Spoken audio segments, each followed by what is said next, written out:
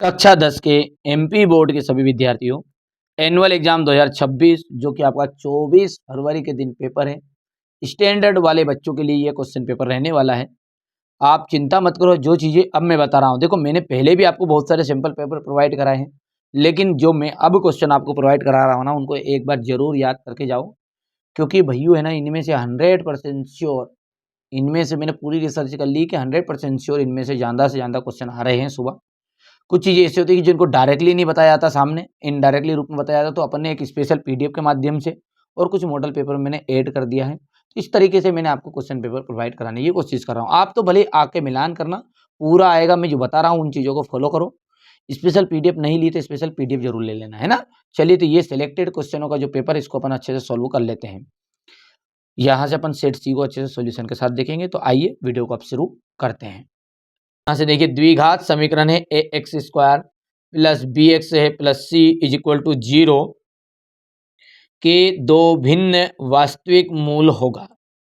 क्या बोला उसने प्रश्न क्रमांक 1 में, ध्यान से समझो, आने वाला है ये, मोस्ट इंपोर्टेंट है, समझो आप। प्रश्न नंबर 1 पढ़ते हैं। तो क्या बोल रहा है कि द्विघात समीकरण है A x square plus B x plus C is equal to 0 के दो भिन्न वास्तविक मूल होंगे। देखिए, भिन्न कब होता है, जब आपका जो मूल है वो जो है विविक्त कर जो रहेगा वो शून्य से बड़ा होगा। ध्यान रखना है, विविक्त कर यानी डिस्क्रिमेंट आपका शून्य से बड़ा होगा। अब शून्य क्या है, ये शून्य रहा, शून्य से बड़ा है इधर बी स्क्वायर माइनस 4ac। कहने का मतलब ये है, तो बड़ा मतलब क्या, जिधर मुंह रहेगा वो रहेगा। तो सूत्र क्या है, पहला तो ये सूत्र तो कैसे कहीं तक आ का तो है ही नहीं, B square minus 4ac, B square minus 4ac, B square minus 4ac। Concept को क्लियर कर लेना। यहाँ से ये जो है ये बिल्कुल राइट आपका रहेगा, क्योंकि यहाँ 0 जो है वो छोटा है और विविक्त कर यानी कि बी स्क्वायर माइनस 4ac बड़ा है। अच्छा, यहाँ पे 0 बड़ा हो तो मूल वास्तविक नहीं होगा। क्या बोलेंगे अपन कि वास्तविक मूल नहीं है, वास्तविक मूल नहीं है, ध्यान दीजिएगा है। अच्छा, जब चीजें दोनों बराबर हो, बराबर के उधर 0 है और इधर भी 0 है, यानी कि उत्तर अपना बी स्क्वायर माइनस 4ac का मान वैल्यू कितनी आ गई, 0 आ गई। तो जो मूल है वो मूल कैसे होंगे, बराबर होंगे, मूल बराबर होंगे। याद रहेगा, बस तीनों में से एक तो आपको किसी भी तरीके से आ जाएगा सामने। ठीक है, चलिए आगे बढ़े। चलिए, ए पी है, -3 है, 1/2 है माइनस का, और 2 है का 11वां पद है आपका। 11वां पद कौन सा रहेगा, 28, 22, 38 की माइनस का 48/1/2। देखिए, इसके लिए आपको चाहिए ए की वैल्यू, ध्यान देना है, इंग्लिश मीडियम वाले भी, मैं समझाऊंगा उधर भी आपको। ठीक है, ए की जो वैल्यू है, ए की वैल्यू होगी -3। यहाँ से आपका कॉमन डिफरेंस जो होता है डी, यानी कि सार्वंतर जिसको कहते हैं अपन। तो सार्वंतर या कॉमन डिफरेंस, इसको निकालने की फॉर्मूला होता है A2 माइनस A1। A2 की वैल्यू कितनी है, माइनस का 1/2 माइनस, और ब्रेकेट में ये -3 है तो ये भी -3। जल्दी से बोलो, फटाफट बोलते जाओ, 1/2 और प्लस का 3, 3 दूने 6, 3 दूने 6, और 6 में से एक गया तो माइनस का 5/2 आंसर आया है। अब ध्यान दो, ये तो आया आपका डी की वैल्यू। अब इसने पूछा है 11वां पद, तो A11 आपको ज्ञात करना है। क्या ज्ञात करना है, A11 इज इक्वल टू होता है A प्लस 10D। ठीक है, ये तो आपका इतना हिस्सा तो हो गया डी तक का। अच्छा, A11 है तो A की वैल्यू कितनी है, A की वैल्यू होगी 3 माइनस का प्लस 10 इंटू माइनस का 5/2। देखो ध्यान से, ठीक है। अब इस 2 से ये कटेगा, 2 पंजे 10 हो गया, और यहाँ से हो गया 3, और पच्चम कितना हो गया आपका 25 माइनस का। ठीक है भैया, जल्दी बोलो, जल्दी बोलते जाओ फटाफट। अच्छा, यहाँ पर प्लस का आएगा, ये है ना 5/2, 25 है प्लस का। ठीक है, तो 25 और 3, ये तो सही है। अरे ए की वैल्यू कितनी, -3 है, तो 25 में से 3 गया तो 22 बच गया, सही तो है। ठीक है, कोई दिक्कत नहीं, यहाँ पे गलती ये कर दी थी अपन, माइनस का नहीं, ये प्लस का है। क्योंकि ये 3 दूने 6 होगा, 6 में से एक जाएगा तो प्लस का 5 बचेगा। ठीक है, याद रहेगा। और 25 में से 3 घटेगा तो 22 उत्तर आ जाएगा। कर पाओगे जल्दी से? बोलो हाँ। ये यहाँ से देखो, इंग्लिश मीडियम वाले बच्चों के लिए, the quadratic equation a square a x square plus B x plus C is equal to 0 will have to two discriminant. ठीक है, यहाँ से ये स्पेलिंग गलत है, तो discriminant root real root if, तो रियल रूट है तो रियल रूट रहेगा, तो यहाँ से ये बी ऑप्शन राइट रहेगा। और यहाँ पर ठीक है, नॉट रियल रहेगा, मतलब आपका रियल नॉट रहेगा तो मतलब ये यहाँ से आ जाएगा। अब जो रूट्स है वो इक्वल रहेगा तो ये आपके लिए रूट से इक्वल हो गया। ठीक है भैया, ध्यान रहेगा। चलिए, अच्छा दूसरा बार रह गया ना, तो ये द टर्म 11th टर्म है ऑन एपी, तो ये तो आपका 22 अभी उधर अपन ने सीख भी लिया है। आगे बढ़े, चलिए क्वेश्चन नंबर 3 जो है इसके अंतर्गत क्या रहता है। क्वेश्चन नंबर 3 में कि यहाँ पर दिया गया है कि दो त्रिभुज दिए गए हैं, दो समबाहु त्रिभुज है, इस प्रकार है कि बी डी भुजा बी सी के मध्य बिंदु है, तो त्रिभुजों ए बी सी और त्रिभुज जो है बी डी ई का क्षेत्रफल अनुपात जो होता है ना, वो तो सीधा सीधा मैं बता दूं आपको 4:1 होता है। घन का जो पृष्ठीय क्षेत्रफल का सूत्र होता है, घन का पृष्ठीय क्षेत्रफल का जो फॉर्मूला होता है वो क्या होता है, जल्दी बोलिए फटाफट। तो देखिए यहाँ पर अपन बात करते हैं, तो यहाँ से जो घन का संपूर्ण पृष्ठीय क्षेत्रफल है ना, वो होता है 6a²। ध्यान देना है ना। अच्छा ये क्या है, आप ए क्यूब, क्योंकि इनमें से तीनों में से एक दो तीन तो ये यहाँ से कॉन्सेप्ट करोगे नहीं, इस तरीके से पढ़ोगे तो सारी चीजें अपने आप समझ में आ जाएगी हैं। चलिए ए क्यूब जो है, ए क्यूब क्या है, ये है घन का आयतन, ये है आपका घन का आयतन। ठीक है। अच्छा 4a² क्या है, घन का पृष्ठीय क्षेत्रफल है। क्या है भैया, घन का पृष्ठीय क्षेत्रफल है, घन का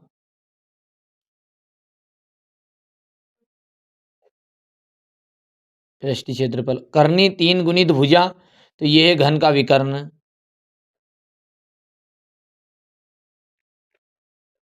ठीक है, अब कोई पूछ ले कि भाई साहब घन का जो आयतन है वो बताओ, तो ए क्यूब, घन का पृष्ठीय क्षेत्रफल बता दोगे तो 4a²। ठीक है, इसके बाद में आपका घन का संपूर्ण पूछोगे तो घन में संपूर्ण भुजाएं होती है, मतलब पृष्ठ होते हैं 6। ठीक है, याद रहेगा। अच्छा यहाँ से देखिए, एक पासे को फेंकते हैं तो 4 से बड़ी संख्या आने की प्रायिकता ज्ञात कीजिए। देखिए पासे में यदि हम बात करें हैं तो पासे में कुल कितने अंक होते हैं, पासे में कुल होते हैं 6 अंक। ध्यान रखना है, पासे में जो कुल अंक होते हैं वो कितने होते हैं, 6 संख्याएं होती है। कितनी होती हैं, कुल 6 होती है। अब 4 से बड़ी की बात कर रहे हैं, तो 4 से बड़ी, तो जैसे मान के चलिए 6 है तो 1 हो गया, 2 हो गया, 3 हो गया, 4 हो गया, 5 हो गया और ये 6 हो गया। तो 4 से बड़ी कितनी है आपकी, 2 है, तो 2 है, तो 2 हो गया इसका अनुकूल परिणाम, बटे में आता है कुल परिणाम, तो 2/6 हो गया। अब अनुकूल बटे कुल, तो 1 और 2 तिया 6, तो यहाँ से 1/3 देख लो कौन सा आंसर है, तो 1/3 यहाँ पर राइट आंसर हो गया है। ठीक है, क्वेश्चन नंबर 6 क्या पढ़ रहे कह रहा है उसको देखो ध्यान से, कि द्विघात बहुपद की जो घात होती है वो कितनी होती है, द्विघात बहुपद जिसकी, देखिए जिसकी घात 2 हो उसे कहते हैं द्विघात।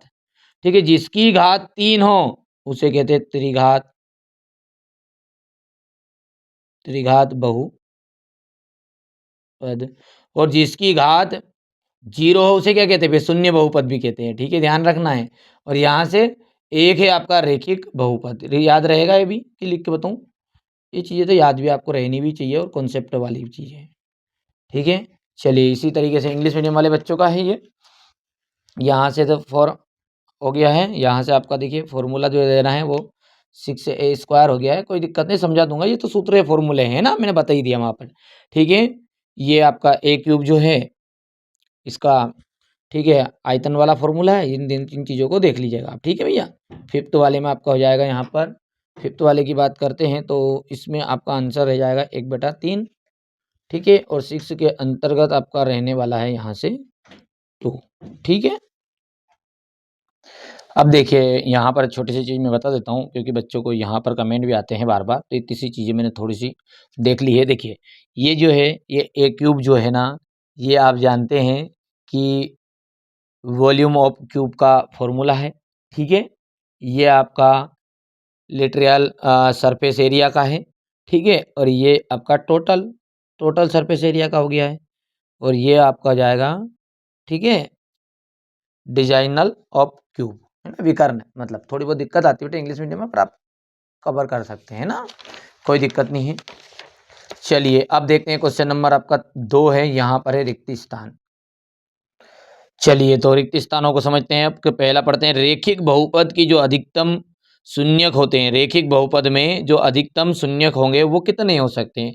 तो रेखिक बहुपद में अधिकतम शून्यक होता है 1। ध्यान रखना है, ये मैंने आपको सेट है सब सोल्व कराया ना, जब आपको मैंने पूरा ऑब्जेक्टिव बता ही दिया है कि रेखिक बहुपद का अधिकतम शून्यक 1 होगा, द्विघात बहुपद जो है उसका अधिकतम शून्यक 2 होगा, त्रिघात बहुपद का अधिकतम शून्यक 3 होगा, याद रहेगा। सेम इसी तरीके से यहाँ पर देख सकते हैं, ये linear polynomial can have a most of zeros, तो वन हैव, केवल 1 आ जाएगा। अच्छा ठीक है, और यदि आपको द्विघात बहुपद आ गया मान के चलिए, है ना, तो द्विघात बहुपद के लिए कितना रहेगा आपका, 2 रहेगा। लीनियर तो ये हो गया, ये हो गया। चलिए तो आप बढ़िया से कर पाओगे आराम से, ठीक है भैया। क्वाड्रेटिक क्वाड्रेटिक में आ गया, क्वाड्रेटिक पोलिनोमियल, तो उसका 2 हो जाएगा, है ना, ये रहेगा। ठीक है भैया, चलिए आगे बढ़ते हैं। समांतर श्रेणी है 3/2, 1/2, माइनस का 1/2, माइनस का 3/2। इसमें सार्वंतर क्या होगा, सार्वंतर निकालने का तरीका बेस्ट, ये पहले वाला पहला पद कहलाता है, दूसरे नंबर पर लिखा जो दूसरा पद कहलाता है, और पदों को हम ए से डिवाइड डेफिनेशन देते हैं उसकी।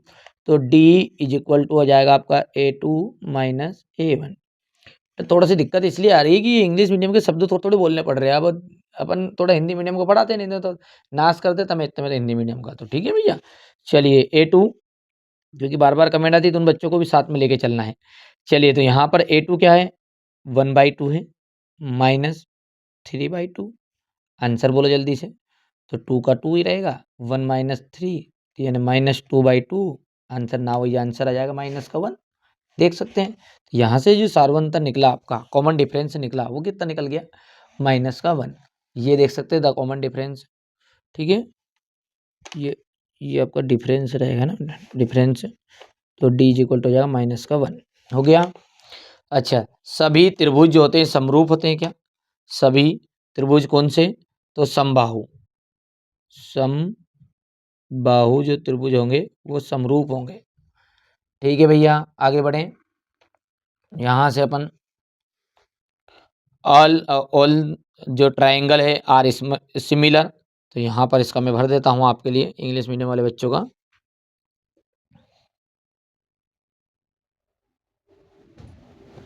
ये भर दिया मैंने,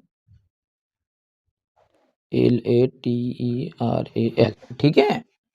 अच्छा अब देखिए ध्यान से देखना है, चौथा कि बाहा बिंदु से वृत्त पर खींची गई स्पर्श रेखाएं केंद्र पर कोण अंतरित करती है। ठीक है, तो बाहा इस बिंदु से खींची गई जो स्पर्श रेखा है वो केंद्र पर समान कोणांतरित करती, इक्वल कोणांतरित करेगी, तो समान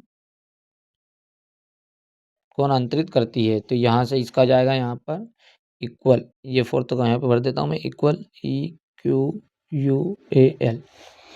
हो गया। चलिए क्वेश्चन नंबर 5 क्या कह रहा है हमारा, कि केंद्र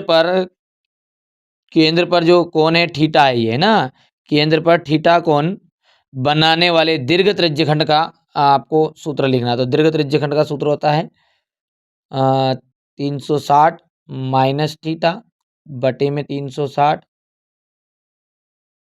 इंटू πr²।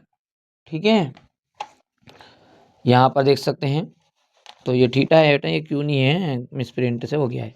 तो इसका जाएगा 360 यानी 360 थीटा बाई 360 इंटू πr², हो गया। यहाँ से देख सकते हैं क्वेश्चन नंबर आपका 6 क्या कह रहा है, कि 2x² - x - 6 इसके जो मूल होंगे, मूल क्या होंगे, तो देखिए इसका अपने को पता ही है कि ये उधर जाएगा तो 6 दूनी 12 हो जाएगा, 12 हो जाएगा, 4 तिया 12। देखिए ध्यान दो कि ये 12 चाहिए अपने को, है ना, और 12 चाहिए, तो क्योंकि 6 दूना 12 है तो इसी टेबल पढ़ो जिसके टेबल में 12 आए, पर लेकिन ये 4 और 3 क्या आएगा, तो ये 3 और 4 आएगा। अब ध्यान दो यहाँ पे अपने को प्लस का चाहिए 4, ठीक है, और नेगेटिव लेना पड़ेगा 3, क्योंकि 4 में से 3 गया तो 1 बचेगा। पर जब आंसर आता है ना तो जो पॉजिटिव दिखता है वो नेगेटिव हो जाता है और नेगेटिव जो दिखता है जो पॉजिटिव हो जाता है। बस इतनी ट्रिक है ये डायरेक्टली। तो यदि अपन इसका सही में वो चीज़ें डायरेक्टली करें तो इसका जो मूल है वो मूल कितना निकल कर आएगा यहाँ पर। देखो मैं सोल्व भी कर देता हूँ यहाँ पर, कोई दिक्कत नहीं है। देखो ये सवाल है आपका 2x² प्लस x माइनस 6, तो 2x² plus 4x minus 3x minus 6 हो गया। यहाँ से देखो बोलो जल्दी से, तो यहाँ से अपना 2 कॉमन आ गया है, अंदर क्या आंसर आया है आपका 2 आंसर है, तो x 2 और x कॉमन आएगा है ना, 2x कॉमन आ गया, अंदर क्या बचा, यहाँ से x बच गया, यहाँ से 2 बच गया, यहाँ से माइनस का 3 आंसर है, तो x प्लस 2 रह जाएगा। अब x प्लस 2 है तो उसका तो माइनस हो जाएगा, बोलो हाँ है ना, तो माइनस हो गया। और यहाँ से अपना देखो x प्लस x बराबर भी एक तो माइनस का 2 आ गया, दूसरा क्या आएगा 2x माइनस 3 है, तो ये माइनस का 3, 2x माइनस 3 बराबर पे 0, तो 2x बराबर पे आ जाएगा 3 और x बराबर पे आ जाएगा 3/2। ठीक है भैया जल्दी बोलो, तो ये 2 आपके यहाँ पर मूल निकल कर आ चुके हैं, जल्दी बोलिए। तो एक तो माइनस का 2 है गया है और एक आ गया 3/2। चलिए यहाँ पर हो जाएगा माइनस का 2 3/2 हो गया। अब है सत्य और असत्य है, तो देखिए करनी में जो x² है प्लस 3x एक बहुपद है क्या, नहीं। कोई भी जो बहुपद कहलाता है उसकी घात जो होती है ना वो कभी भी बटे में नहीं रहती, और करनी का मतलब होता है जब भी करनी चढ़ी रहे, मतलब घात 2 के ऊपर वाले में, ये देखो ये, तो ये करनी का मतलब होता है 1/2। ध्यान देना है, मैंने ऐसा नहीं कहा है कि करनी में 2x² है, ये एक अलग चीज है। यहाँ पर ये जो घात 2 चढ़ी नहीं इसके ऊपर करनी नहीं होनी चाहिए, ये करनी देखो यहाँ। तो घातांक जो का नियम क्या कह रहा है कि पूर्ण संख्या जो होगी वही आपके घात के रूप में रहेगी। तो बहुपद यही है कि बहुपद की जो घात होती है एक पूर्ण संख्या होती है, तो यहाँ से आपका ये हो जाएगा ट्रू, सत्य बात है। सॉरी असत्य बात हमने ये तो है ना, क्योंकि इसमें तो है करनी थी तो असत्य है। अच्छा, द्विघात समीकरण के मूल एवं द्विघात बहुपद के शून्यक एक ही होते हैं क्या? सही है, क्योंकि दोनों के आंसर एक ही रहेंगे, मूल निकालो या शून्यक निकालो, तो ये बात भी आपकी ट्रू रहेगी।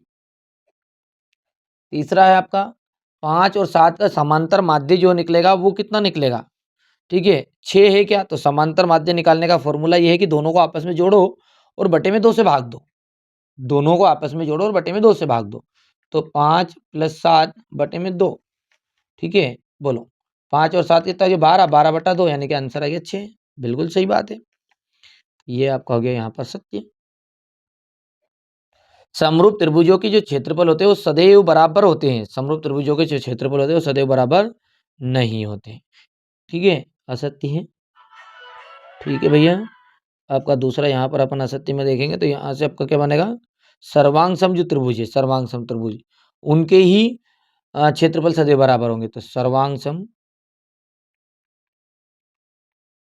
सम त्रिभुज के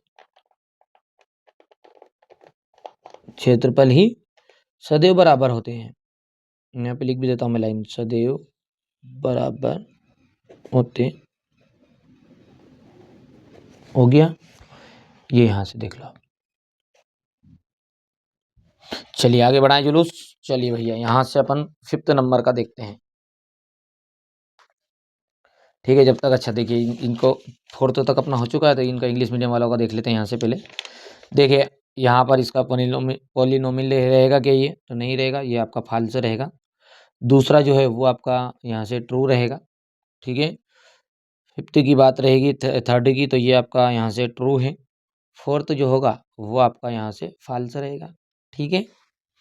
अब अगला देखते हैं। चलिए अब यहाँ पर 5वां पढ़ते हैं, क्या कह रहा है कि दो समरूप त्रिभुजों के क्षेत्रफल का अनुपात इनकी संगत भुजाओं के अनुपात के बराबर होता है।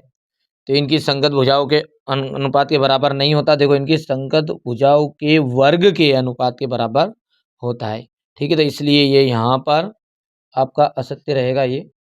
और यदि इसमें वर्ग भी लगा रहेगा, ठीक है, तो बिल्कुल सत्य बात हो जाएगी। ठीक है, किसी बाह्य बिंदु से वृत्त पर खींची गई स्पर्श रेखाएं बराबर होती है, बिल्कुल। ठीक है, वृत्त पर स्पर्श रेखाएं खींचेंगे बाह्य बिंदु से, तो ये तो 2 बार 3 बार हो गया है। ये यहाँ से ये स्पर्श रेखाएं खींची गई स्पर्श रेखाएं बराबर होती, तो ये बात भी आपकी ट्रू रहेगी। सेम इसी तरीके से इंग्लिश मीडियम का रहेगा, ये देख लीजिए। ये आपका यहाँ से फिफ्थ है ना, फिफ्थ आपका फाल्स है, 6 वाला ट्रू रहेगा। हो गया। अब देखिए सही जोड़ी, देखिएगा सही जोड़ी में क्या है। पहला है 0, बिंदु की कोटि। देखिए कोटि जो होती है वो पीछे रहती है वाई वाली, और एक्स वाला होता है आगे मान। तो आगे वाले को कहते हैं भुज और पीछे वाले को कहते हैं कोटि। तो ये आपका वाई यहाँ से आंसर हो गया। सेक स्क्वायर थीटा -1, तो इसका जाएगा टेन स्क्वायर टेन थीटा, तो ये हो गया दूसरा। Sine square 25 degree, cos square 25 degree. तो देखो sine square theta plus cos square theta ये उसी फॉर्मूले के बेस पे है, तो ये तीसरा इसका 1 हो जाएगा। कोस 45 डिग्री का होता है 1/2। कोस 0 डिग्री, कोस 0 डिग्री, ठीक है, कोस जो 0 डिग्री है वो सेक 0 डिग्री के बराबर रहेगा। यहाँ से आपका हो जाएगा ये 5वां, क्योंकि ये दोनों का मान कितना होता है 1 होता है ना। कोस 0 डिग्री की वैल्यू जो होती है कितनी होती है 1 होता है। कोस 0 डिग्री और एक और होता है सेक 0 डिग्री बराबर सेक 0 डिग्री, दोनों की वैल्यू कितनी आ जाएगी 1 आ जाएगी। 1 प्लस टेन स्क्वायर थीटा, तो हो जाएगा सेक स्क्वायर थीटा, और सेक स्क्वायर है, स्क्वायर से घात 2 से करने कैंसिल हो गई, इसलिए सेक थीटा बचा के मान। आगे देखिए ये सेम इसी तरीके से इंग्लिश मीडियम वालों का रहेगा।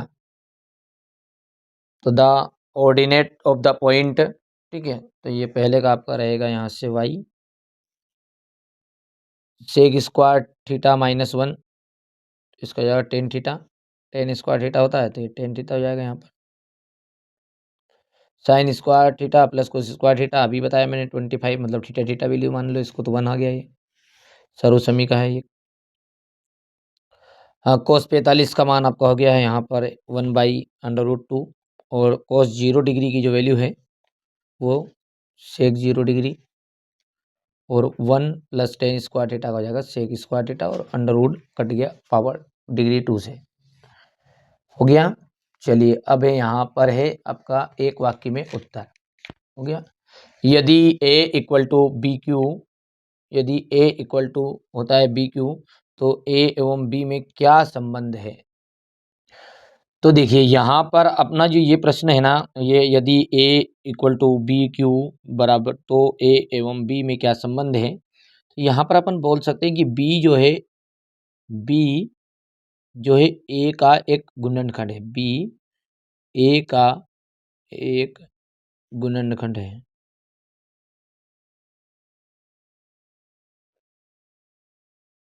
ठीक है, अच्छा ये इसका मतलब क्या है, देखिए ये वैसे सिलेबस से हट गया, अब स्टैंडर्ड के लिए क्या है, बहुत चांस है आने के लिए। ठीक है भैया, स्टैंडर्ड में ये आ सकता है, कभी कभी रिपीट हो सकता है, बेसिक वालों के लिए भी रिपीट हो सकता है, ऐसा कोई दिक्कत वाली बात नहीं है। इन चीज़ों पर के लिए आपको देखो क्या है कि इस साल जो लेवल है ना थोड़ा सा बढ़ा के देगा, देखना मैथ्स का आप खुद ही। यहाँ से अपन बात करेंगे तो इसके लिए आपका पहला जो है ये आपका हो जाएगा B is a factor of A. तो B is a factor of A, हो गया यहाँ से। अब यहाँ पर देखिएगा असंगत युग्म किसे कहते हैं।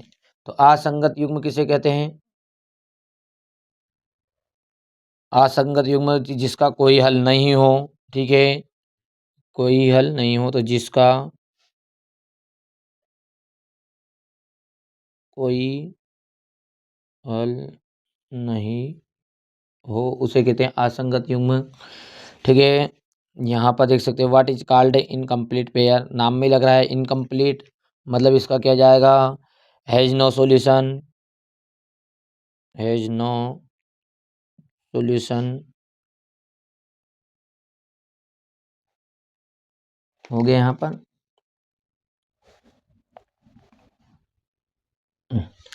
चलिए तीसरा क्या है, अवनमन कोण की परिभाषा देनी है। तो अवनमन कोण क्या है, देखिए क्षैतिज रेखा और दृष्टि रेखा के बीच बनने वाला कोण, जो वस्तु क्या है, वस्तु को हमें नीचे की ओर देखना पड़ता है। ठीक है, वस्तु को देखने के लिए हमें नीचे गर्दन करनी पड़ती है। तो जब कोई भी वस्तु जो है वो कहाँ रखी है, अब हमारी आँख से नीचे रखी हो, ऐसे बोलना। आपको मैं परिभाषा बोल देता हूँ, हिंदी में लिख देना है कि जब वस्तु हमारी आँख से नीचे की ओर रखी होती है तो क्षैतिज रेखा और दृष्टि रेखा दोनों के बीच में बनने वाला कोण आपका अवनमन कोण कहलाएगा। पीई प्लस पीई बार का मान होता है 1, क्योंकि एक फॉर्मूला है ये। तो P E plus P E bar is equal to 1। वृत्त की जो छेदक रेखा है उसकी परिभाषा आपको देनी है। वृत्त की छेदक रेखा, तो वहां रेखा जो, ठीक है, वृत्त को कितने बिंदु पर प्रतिच्छेद करे, कम से कम 2 बिंदु पर प्रतिच्छेद करे, वहां रेखा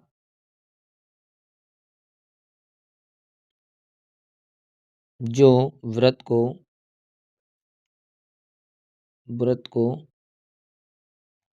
ठीक है 2 बिंदुओं पर प्रतिच्छेद करती है, बिंदुओं पर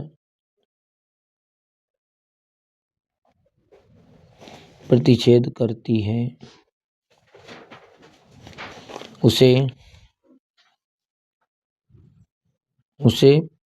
ठीक है क्या कहते हैं, छेदक रेखा कहते हैं।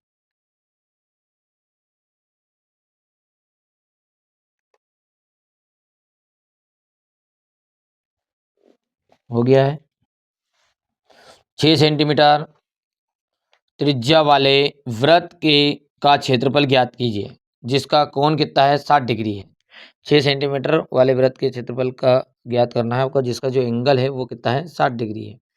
तो यहाँ पर देखिए पाई आर स्क्वायर थीटा बटा 360 का फॉर्मूला लगा के बढ़िया से आपको सोल्व कर लेना है। सोल्व जब करोगे तो 132 सेंटीमीटर स्क्वायर आ जाएगा, और क्या है। हो गया है। यहाँ से इसकी वैल्यू हो जाएगी 1। और यहाँ से तो इसका तो आपको डेफिनेशन लिख ही सकते हैं। ठीक है, कि a line that intersect a circle a two, ठीक है, डिफरेंट पॉइंट। तो आप इस तरह से लिख सकते हैं, कोई दिक्कत नहीं है। पॉइंट तो ये परिभाषा तो याद कर लेना है। अच्छा, find the area of circle of radius 6 centimetre whose angle is 60। तो यहाँ पर इसका जो वैल्यू है आंसर, तो आंसर भैया हो गया। चलिए अब इसके बाद में आगे बढ़ते हैं।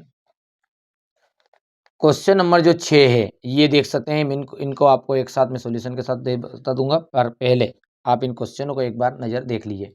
ठीक है, संख्या 4n² पर विचार कीजिए जहां n क्या है, आपकी एक नेचुरल नंबर है।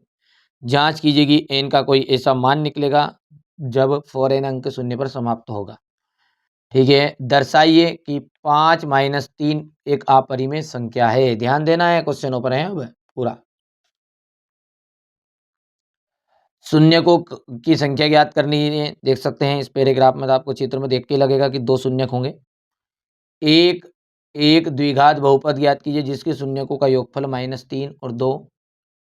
एक आयताकार भाग की लंबाई जिसकी लंबाई चौड़ाई 4 सेंटीमीटर से अधिक है, इसका परिमाप अर्ध परिमाप 36 सेंटीमीटर। तो भाग की विमाएँ ज्ञात कीजिए। यहाँ से आप थोड़ा सा इसको छोटा कर देते हैं ताकि आराम से आप देख पाओगे। हो गया। यहाँ पर अपन देखते हैं, तो ये विलोपन विधि के द्वारा इस सवाल को हल करना है। एक द्विघात समीकरण बताना है कि ये द्विघात है या नहीं है।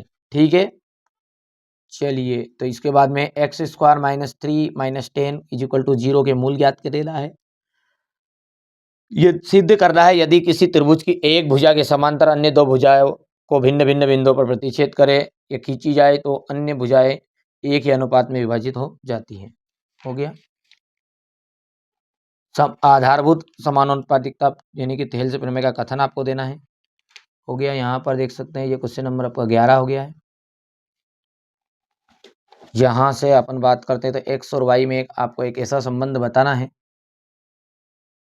क्वेश्चन नंबर 12 को देख लीजिए, आपके सामने है ये। क्वेश्चन नंबर 13 की हम बात करें, ठीक है, क्वेश्चन नंबर 13 में देख लीजिए आपके सामने कि ये जोड़ते हैं तो इसका अनुपात विभाजित करना है। अच्छा, निम्नलिखित के मान ज्ञात करना है आपको। 2tan square 45 degree, cos square 30 degree. इसका सबका सॉल्यूशन मैं आपको समझा दूंगा, कोई दिक्कत नहीं है। पहले आप क्वेश्चन पेपर को आराम से देखो, है ना, क्वेश्चन देखो आपको, है ना, क्योंकि ये क्या है, बच्चों को याद है। मेन चीज़ है कि क्वेश्चन चाहिए है प्रैक्टिस के लिए मेन तो। ये देखिए यहाँ पर क्वेश्चन नंबर 14 है। सिद्ध कीजिए कि किसी वृत्त कि किसी व्यास के सिरों पर खींची गई स्पर्श रेखाएं समांतर होती है। एक छतरी में 8 ताने हैं जो बराबर जो छतरी में 8 ताने हैं, छतरी को 45 डिग्री त्रिज्या वाला सपाट मानते हुए लगाए गए, तो इनकी क्रमागत 2 तानों के बीच का क्षेत्रफल ज्ञात करना है। ये क्वेश्चन नंबर आपका यहाँ से देख सकते हैं, अथवा वाला। हो गया क्वेश्चन नंबर 15।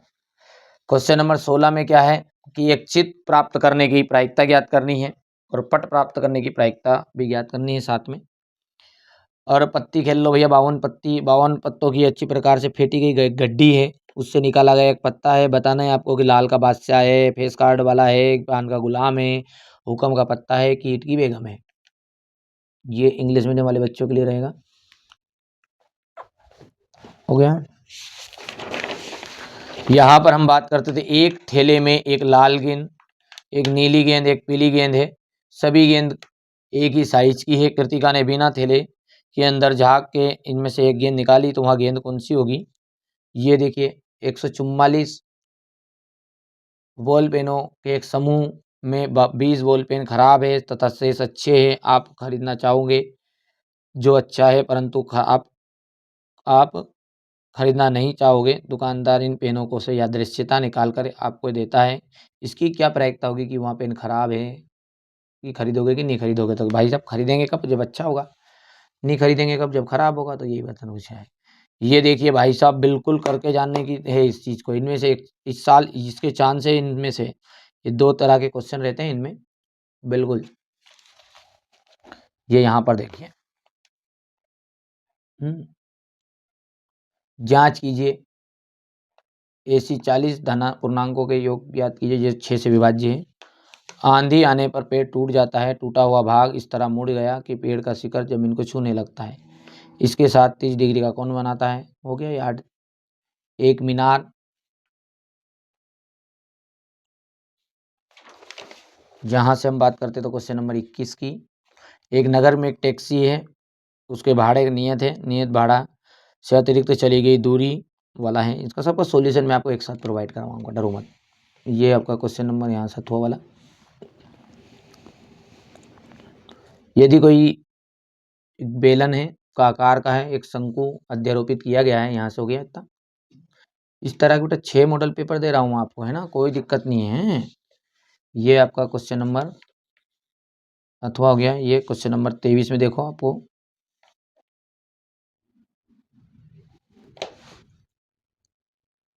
लो साहब, हो गया।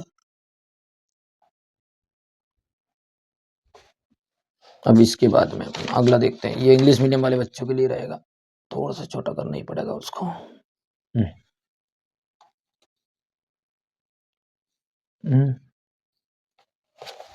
इसके बाद में विद्यार्थियों का एक समूह है, 20 मोहल्ले बहुलक ज्ञात करना है, मतलब इसका हो गया। तो इस तरह मैंने आपको यहाँ पर सेट सी समझाने की कोशिश करी है। अच्छे से तैयारी करिए, समय कम है और इस कम समय में आपको अच्छा नंबर लाना है, अच्छा स्कोर करना है।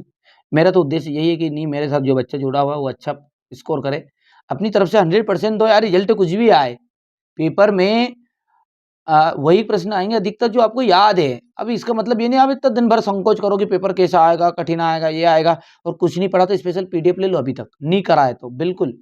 चलिए, तो पहली बार चैनल पर सब्सक्राइब जरूर कर लीजिएगा।